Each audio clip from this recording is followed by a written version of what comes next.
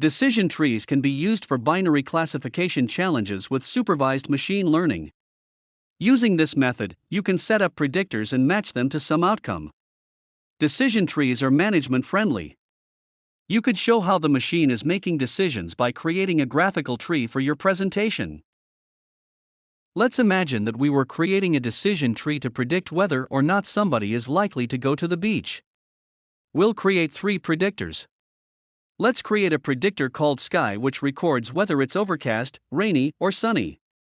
Then, let's create another predictor called weekend. This predictor records whether or not it's a weekend. Finally, let's create a third predictor that's called wind speed. This will record whether it's a windy day. You'll have 2 options, high or low. Now let's create one outcome variable. We'll give it a name. Let's call it Yash goes to the beach. It's a binary classification problem, so there are only 2 possibilities. You'll classify whether Yash goes to the beach or doesn't go to the beach.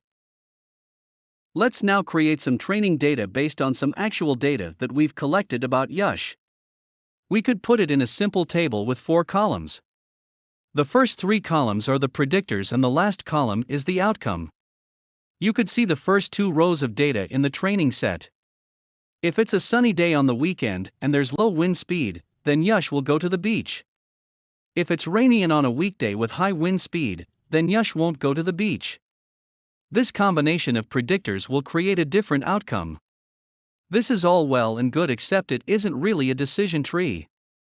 To create the tree, we have to take this data and split it based on our predictors. Let's choose the predictor sky for our root node. You should think of the root node as the very trunk of the tree.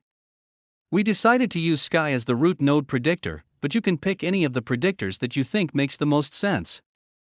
Now let's split out the next level of our tree. This is called the decision node. Here you'll see all the options in our root node. In this case there are 3 options: overcast, rainy, or sunny. It's at this level that you'll record your first set of outcomes. Now remember that we want a binary outcome. We just want a yes or no answer. Did Yash go or not go to the beach? In each of these decision nodes you'll see the total number of possible outcomes in the training data.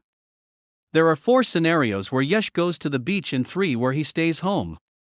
These different outcomes will let us break the decision node down into several different leaf nodes. This is the second set of predictors that are possible outcomes at the decision node. You might notice that there are no leaf nodes when the decision node is rainy. That means that there are no outcomes where there's a rainy day and Yash still goes to the beach. You don't have to break down your decision tree any further since there's no other option. Once you create your decision trees, you want to have a clear path to a yes or no outcome. If you have trouble getting there, you might have too much entropy. This means that your tree is getting too messy and it's taking too long to get to a yes or no answer. You can see some entropy in the tree when you look at the decision node for wind speed. We can see that there were 3 times when Yash went to beach when it was high wind and 2 when it was low wind. You're not really gaining any information here about whether or not Yash is going to go to the beach. To get rid of this entropy you might have to split the data with a different predictor or maybe not even use wind speed as a predictor to classify whether Yash goes to the beach.